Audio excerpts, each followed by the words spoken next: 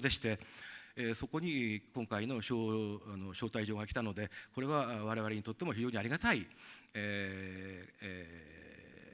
場になるということで、非常にその将来的なことも含めて、ここでいろんな有効なディスカッションができればいいなというふうに考えております。以上、非常に早口で、早い報告になりましたが、これで私の報告を終わらせていただきます。ありがとうございました。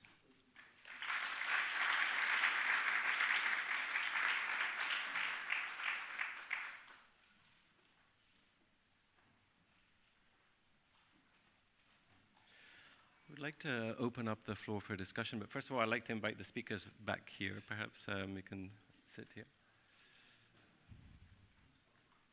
Before I open up the floor for questions, I thought I would just offer just a couple of brief comments in response to the three presentations. When I read all three papers, and then when I heard their presentations even more, I was struck by the extraordinary contrast between Japanese studies in different places, and how, depending on the historical and geographical context where Japanese studies is carried out, the actual meaning of Japanese studies changes completely, and what Japan looks like changes completely. This is particularly the case, I think, in when you contrast countries where that have a strong where Japanese studies has arisen from a diasporic community, from a history of immigration, which is the case of Brazil and of Hawaii, or cases like Mexico, where the opposite is the case, where there's very limited such history. And even in the cases where, I think this is also particularly, it struck me there's a contrast between Mexico and Brazil, which are probably the two countries in Latin America that have the most economic capacity to produce large centers of Japanese studies, where their focus is extremely different because of their histories. And another thing that occurred to me was, even when we contrast different cases of Japanese studies that arise from immigrant populations, they're very, very different from each other, I think, as the case of Hawaii or Brazil can illustrate. So I'd just now like to open up the floor for questions from all of you.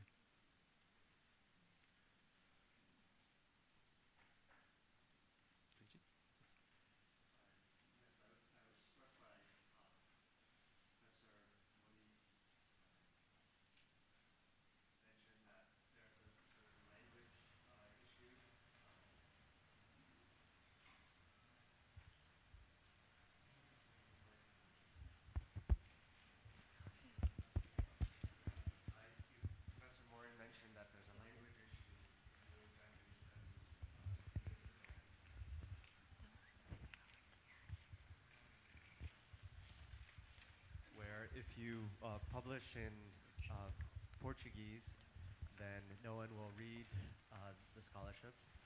And if you publish in Japanese, the students are not, their Japanese is not sort of good enough to read it.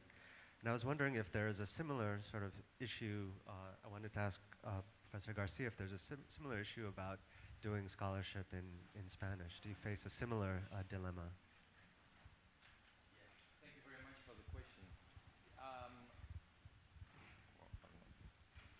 Another one here.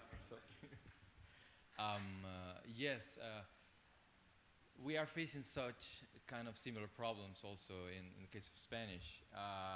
And it's very difficult because the amount of research done in Spanish, or even translations, as I mentioned, in Spanish about Japan, are very few. So, for example, in our center, we feel very important to produce in Spanish for a Spanish audience, which is not only scholars and people interested in Japan, but also to a general public. But the thing with original research in Spanish about Japan is that it remains only within the Spanish world. That's why I feel very important also for all of us to produce in English. So there is a big need to produce also in English in order to insert those original researches in a wider world regarding to Japanese studies. In case of publications in Japanese from some of our staff, that's another problem. Publications in Japanese are mainly made in Japan and not in Mexico or in Spain or in other parts of the Hispanic world. So then we need to purchase those researches done by our colleagues for our library. And one of the main problems we also are facing is the language skills for the students in the IME. That's why we need, so there is an urgent need to build or to think about another graduate course, because there are some students who have the skills to work with primary sources, but there are others who cannot do it during this short 2 years master program. So there are similar kind of problems also in Mexico regarding the production of scholarship in Spanish.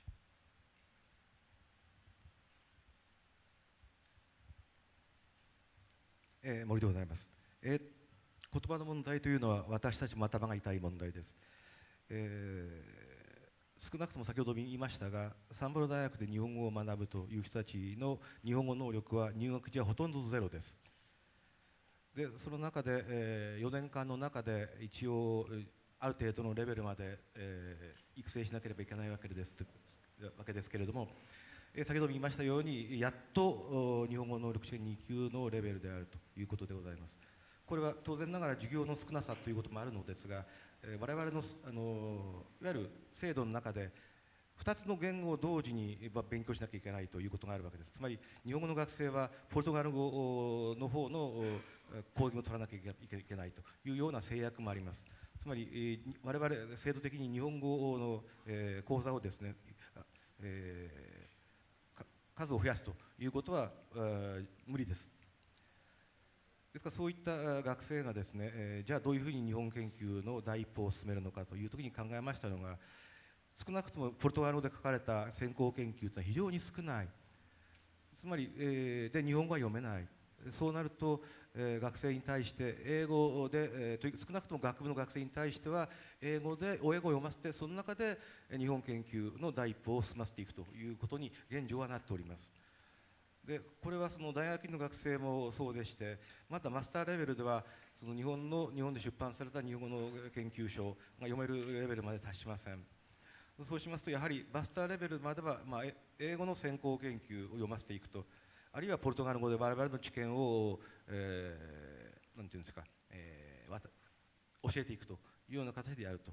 しかしながらそのマスター終わってドクターになれば少なくとも日本語というのは必然だということで、そういった形のオリエンテーションを我々はしていると。でもう一つは我々の中にはマスターコースしかないので、非常に優秀な学生は、70年代に作られた日本への留学制度、主に文部科学省ですけれども、そういったものを活用してとにかく日本に行って日本の中で日本語を学んだり、あるいはマスターコースあるいはドクターコースやってきなさいという形の指導をしております。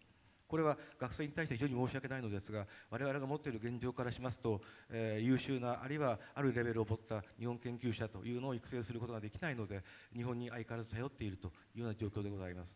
で幸いにも今、私が入ったからだけでもですね、10人以上が日本の大学院のドクターでいろんなさまざまなレベル、さまざまな領域のですね、日本研究をしております。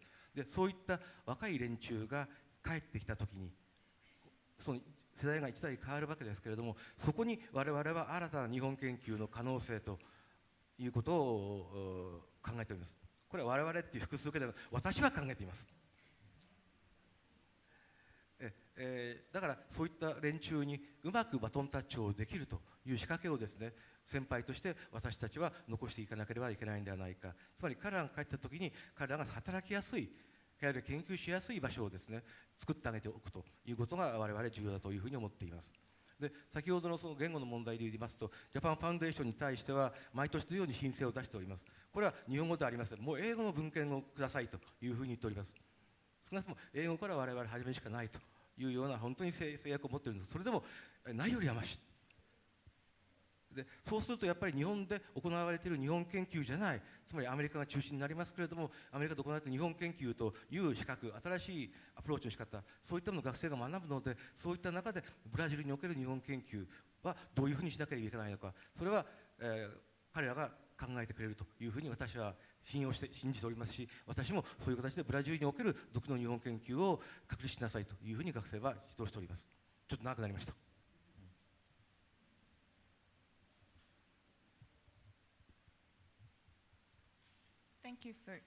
Thank you for your presentations.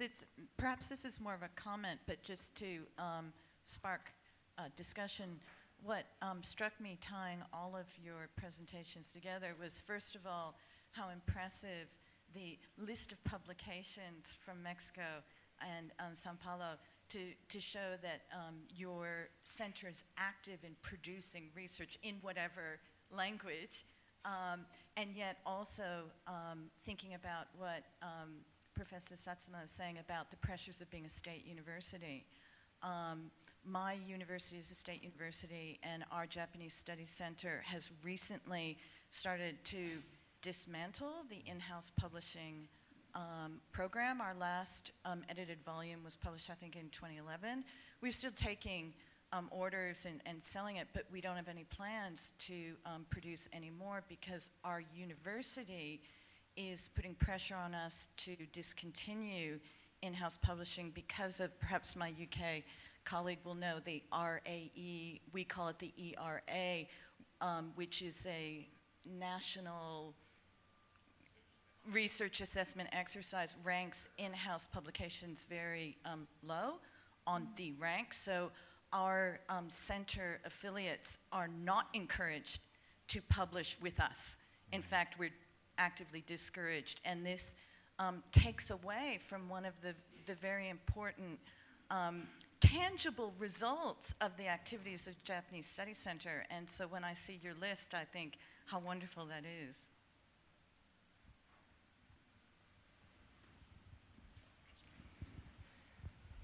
Yes, thank you very much for this.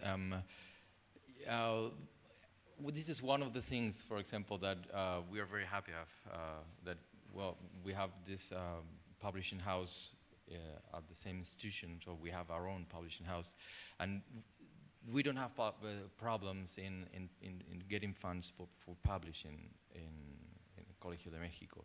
The things are, for example, in my case, the things that mostly worries me are what happens after those books are published.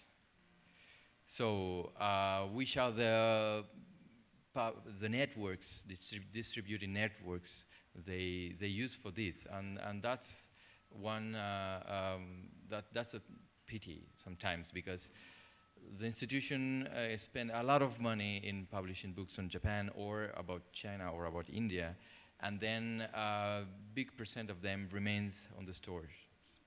So because it is so complex, I cannot imagine this, but it is so complex to distribute within Latin America, or even to Spain. One of the things I'm very glad that Spain's publishing companies do is that they publish and they distribute very well. So I don't know what is happening there. So this is beyond my knowledge, what is happening with those books. And the other thing is that after those researchers are published in Spanish, they are completely unknown for the non-Hispanic world. So this is also another problem that we are facing.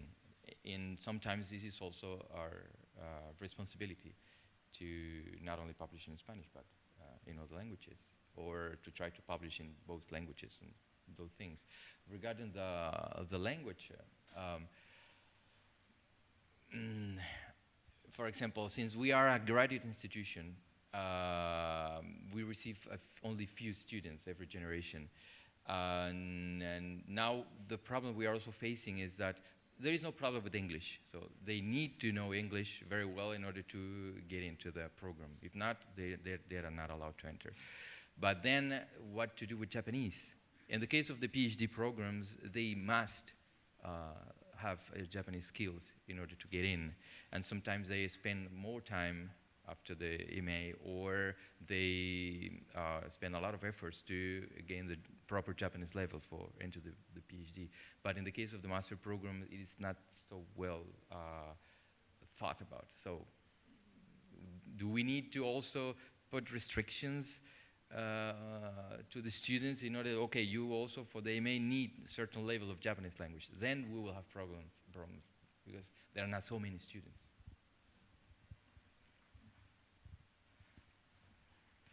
私どもが置かれている状況は若干違います。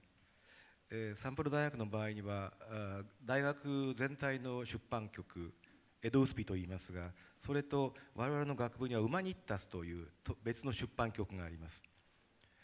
で、つまり出版をすると、ポルトガル語で出版をするとインフラは整っております。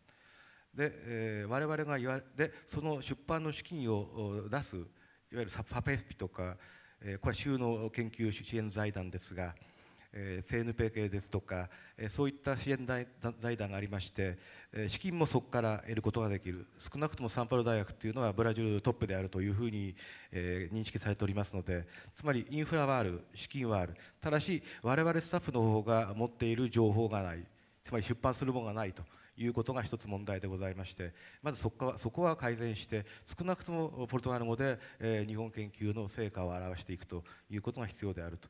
で、もう一つはスタッフの方のことですが、我々はいわゆる生産性の中でですね、少なくとも英語あるいは日本研究でしたら日本語で、しかもブラジル国内で出版されている刊行されている雑誌ではないところになるべく投稿してくださいというふうに頼んでおります。だからそこまで皆さん、いかないのが現状でして、少なくともそういった我々がスタッフの方の持っているいわゆる研究の質のレベルの問題と、多分研究のスタッフの方は言葉の問題、英語と日本語は書く方法は問題ないと思いますので、しかしながら学部の授業に追われているという日々の仕事に追われている状況、そういったものが我々の国際化を一つ阻んでいるのかなというふうに考えております。しかしながらサンプル大学の場合は、昨年ですね、学部の学生というものをですね、毎年1000名ずつですね、海外に留学させようというプログラムを作りまして、実際に動き出しております。これはサンプル大学自体の、国際化というのの一環なんですけれども、そういった形でこれから少し言語の問題に関しては少しずつ良くなっていく可能性があるのではないかというふうに思っています。で、先ほど大学院のマスターレベルで日本語の能力を求めてはいけないという話をしてましたけど、我々もその通りでありまして、日本語だけを要求しますとほとんど誰も入りません。ですから少なくとも日本文化をやりたいんだという連中に関しては、とにかく英語でもいいよというような形で、日本語か英語で入学試験を受けなさいというような体制に移行しました。でもあくまでもこれは我々の状況によって合わせたものであって、例えばアメリカから地域スタディーズの学生がたくさん来ますけれども、そういった人たちっていうのはもうポルトガル語がほとんど喋れるわけですね。そうするとこれはアメリカっていうのはすごいなというふうに思わざるを得ないと。それに比べて我々の状況っていうのは非常に、情けない状況だなというようなことは最近も認識しております。Probably don't need a microphone. My voice is so loud anyway, but I usually don't have a microphone, but anyway. So we'll discuss about publications, and I'm trying to get rid of this microphone, but about publications, and then about language, Japanese language studies, and access to it. Center for Japanese Studies doesn't have a publication series. We do give a certain amount of money to UH Press. UH Press, I think, is one of the largest university presses that does produce a lot of Japanese books. We often go to Japan Foundation for subventions, but we do fund subventions. Not necessarily the number of books anymore in Japan, but we are looking at e-publishing, electronic publishing. I think university presses, academic presses are well aware that they have to balance their books at the end of the day. There's a bottom line. And what we found was Project Muse, if you're familiar with Project Muse, publications that are in this conglomerate of e-journals make money. But the universities, that has an impact for the universities in that they have to pay the subscriptions for these. It's like going to a cable. You have a certain amount of money, and you subscribe to this conglomerate of journals, but you have to get this 30 in this purchase, and you can't necessarily pick out. And so universities are scrapping now, I think, for funds, in part because the whole network of publication is now going to e-journals or just internet and so forth. So that's a big issue. A second issue is language. And what we found at the University of Hawaii, I got my degree there, is actually our students' Japanese language level has gotten better over time. In part because of the proliferation of student exchanges, study abroad experience. When I was an undergraduate student, there was nothing except you study Nihongo, Jordan book, Japanese language class at University of Hawaii. And at the graduate level, then we got an opportunity to go overseas. But what I found is that our students that are coming into our master's level graduate program that requires basically 6 credits or 2 credits or 2 classes above the 402 level, so that's the 5th year. And so most of the students that are competitive that get in have at least 1 year overseas or half a year, and they also study at a good school on the U.S. Monterey Institute, for instance. And so what we're seeing is, I hate to say this because I love Inter-University Center at Stanford, is less need or demand for the Stanford Center, in part because already at the master's level, I'm seeing students that have a year of Japanese that can take a Japanese lit course at the graduate level. Of course, I still see applicants that only have 2 years, but they don't get in the door. I am sorry. There's no way that you can finish a master's program if you only have a 202 level. And so we have seen, at least in the United States, in part also because of the JET program, the teaching English in Japanese, a lot of students graduate, go on the JET, and they come back after 2 or 3 years. And so their language level and also their research interests are fairly defined. We're not getting huge numbers, but I think the types of students that we're coming in have a higher level of Japanese, usually have spent time in Japan thanks to JET, and so they have a finer graduate student mind. I think they're better qualified than 20 years ago when I entered. The problem is jobs after you get your PhD. I think we're all faced with that.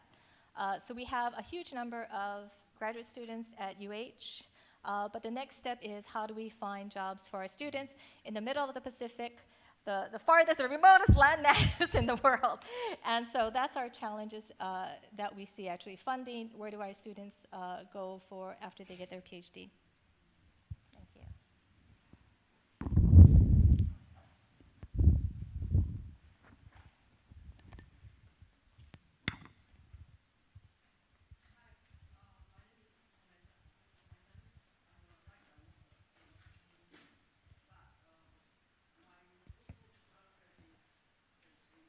Germany. That time, German translator told me I cannot use proper keigo, honorary words. I think that is really hazardous things, honorary words for Japanese and other country people, how to handle Japanese language. And I learned this, I took Japanese literature in Japan, and this he became very authority of the Tales of Genji, but he just graduated and got degrees from Kyoto University and came to our college and Osaka Prefecture, women's college. And that time he let us analyze all the honorary words and which honorary words go to which class of the people. We had to assort. And from that on, I said, no way. I got out of Japan because of that. It's hazardous for the way of thinking. After I lived here 50 years, I could talk to you people very equal. But in Japan, you have to always think about who is above me, who is below me. And that is happening to the Fukushima now. They don't talk to the authority. You are wrong. And that happened to HIV, Tokyo University president. He was making mistake, but other professor couldn't tell him because of his president. So I proposed to eliminate all the honorary words. That's my idea. Thank you. I think we'll maybe take up that discussion at a later lunchtime, and I'd like to thank our 3 panelists today.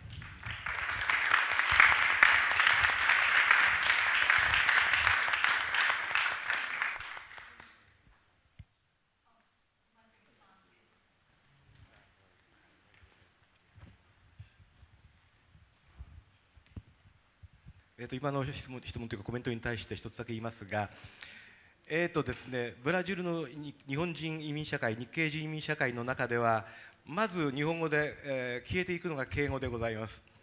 ご安心ください。ブラジルの日系人は敬語をしゃべりません。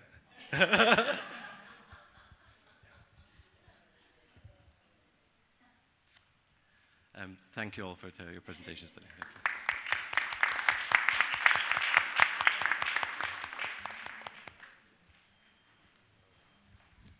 Lunch is not till after the next panel, so it's just a coffee break right now. There's coffee. If you need to use a restroom, they're outside. So thank you very much.